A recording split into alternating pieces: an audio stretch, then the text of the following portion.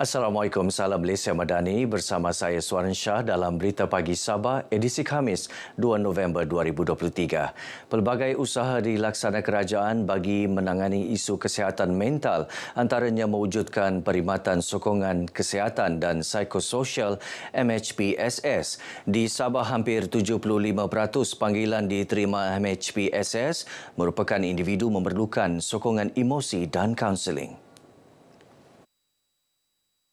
Menteri Sains Teknologi dan Inovasi merangkap Esko Pendidikan dan Hal Ehwal Islam Sabah, Datuk Muhammad Arifin Muhammad Arif berkata, kajian dijalankan oleh Health Mobility Survey menunjukkan Sabah mencatat statistik tinggi kemurungan iaitu pada kadar 4%.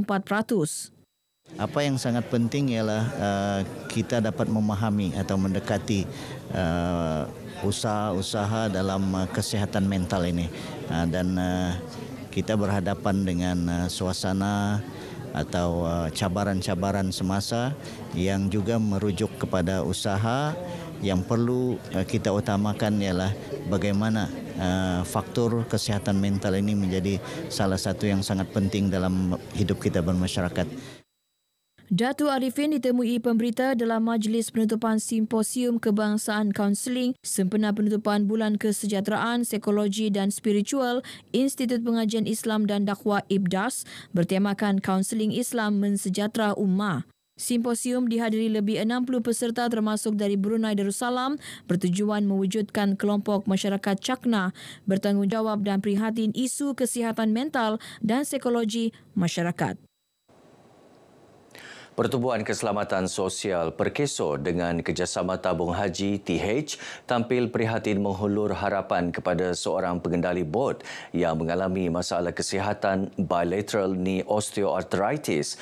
Melalui program Cakna Prihatin, sumbangan berupa peralatan membuat kuih pau diserahkan untuk menjana pendapatan. Penerima bantuan iaitu orang berinsuran Obi Suhaimi Sani juga menerima tajaan peralatan keusahawanan.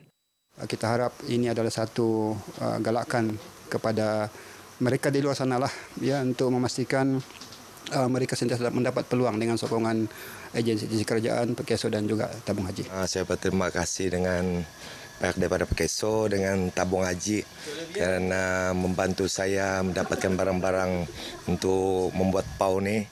Memang saya ada bidang dan bidang hal tentang kuih muih baker.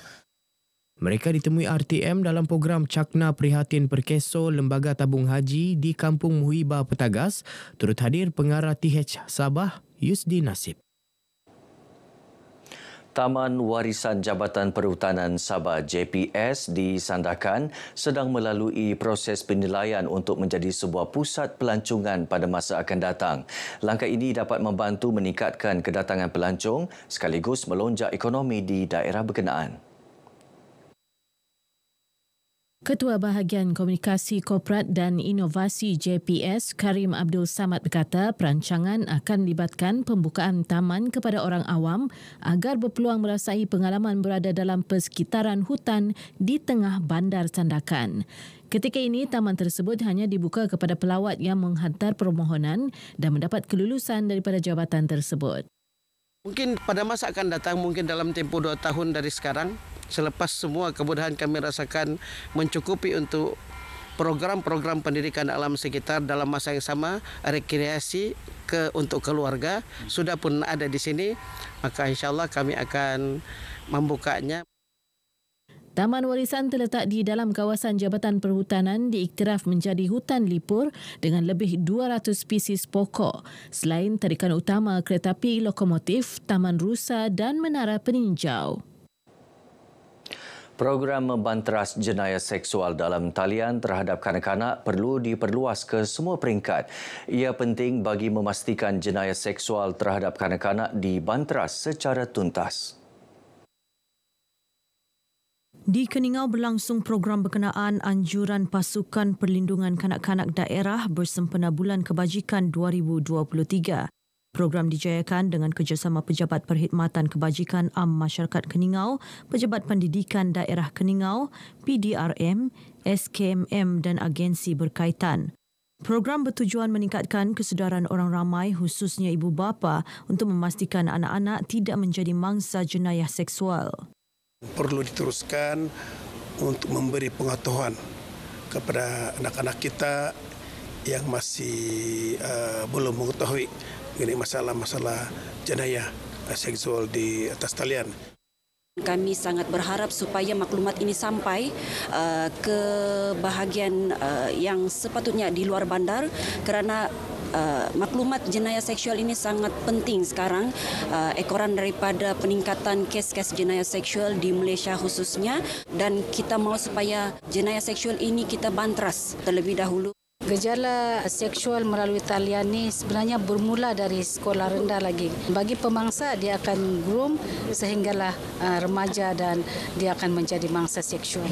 Jadi kita perlu teruskan usaha ini bermula dari sekolah rendah sampailah ke sekolah menengah. Saya harap program ini dapat diperluaskan ke seluruh negeri Sabah supaya maklumat-maklumat yang berkenaan dengan kebajikan kanak-kanak ini, jenayah seksual ini di kalangan kanak-kanak dapat dibenteras. Program berlangsung di SK Luagan Keningau dan SMK Keningau 2.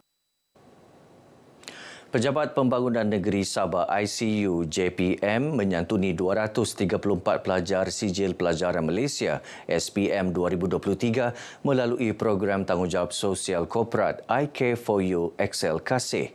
Program dengan kerjasama Bank Islam Malaysia Berhad diadakan di Sekolah Menengah Kebangsaan SMK Suk Keningau. Program ini melibatkan perkongsian kaedah dan teknik menjawab soalan peperiksaan.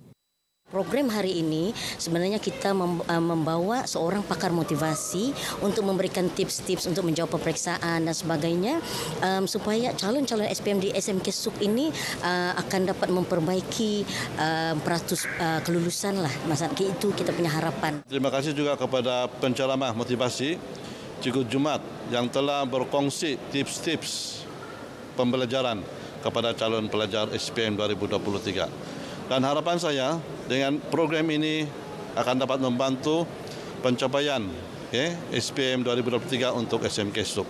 Bagus untuk diadakan di semua-semua sekolah lah sebab dia banyak bagi pengetahuan untuk semua pelajar, terutama dalam contoh tadi, dalam program tadi saya dapat tips menghafal dengan mudah, jadi itu memang banyak membantu untuk para pelajar lah. Saya mendoakanlah untuk pelajar-pelajar anak-anak SPM, SMK Suk khususnya dan juga pelajar-pelajar di seluruh negara. Semoga anda terus cemerlang mencapai pencapaian yang terbaik dalam peperiksaan nanti, insyaAllah. Program ini telah bermula pada tahun 2019 dan pernah dilaksanakan di SMK Timbuan Ranau, SMK Bumbum Semporna dan SMK Merotai Tawau. Kejayaan meraih anugerah wartawan media elektronik terbaik sempena Anugerah Sukan Negeri Sabah 2021-2022 baru-baru ini memberi semangat kepada wartawan RTM Sabah Muhammad Syafif Syahiran Dani untuk terus menghasilkan pelaporan berkualiti. Katanya ia juga dijadikan pemangkin memperbaiki kelemahan dan mencatat lebih banyak kejayaan pada masa hadapan. Muhammad Syafif yang telah bertugas selama 5 tahun sebagai wartawan turut menyatakan penghargaan atas sokongan rakan setugas, jabatan dan pihak Kementerian Belia dan Sukan. Untuk menjadi seorang pelapor sukan ni, bukan saja sukan lah, untuk semua laporan pun general, daripada segi general kita kena study dulu apa yang kita keluar untuk buat tu liputan, dan inilah kerja keras lah supaya orang lain pun boleh nampak apa yang kita buat, kita punya karya. Dan hari ini inilah saya punya penghargaan. Anugerah ni bukan sekadar anugerah, tapi ini adalah pembakar semangat lah untuk saya buat lebih baik di masa akan datang lagi. Beliau menyatakan demikian selepas menjadi tetamu segmen Kita Cerita Kita Kongsi di Konti Sabah FM. Baik, sekian Berita Pagi Sabah untuk kali ini. Menyusul selepas ini Berita Pagi Sarawak.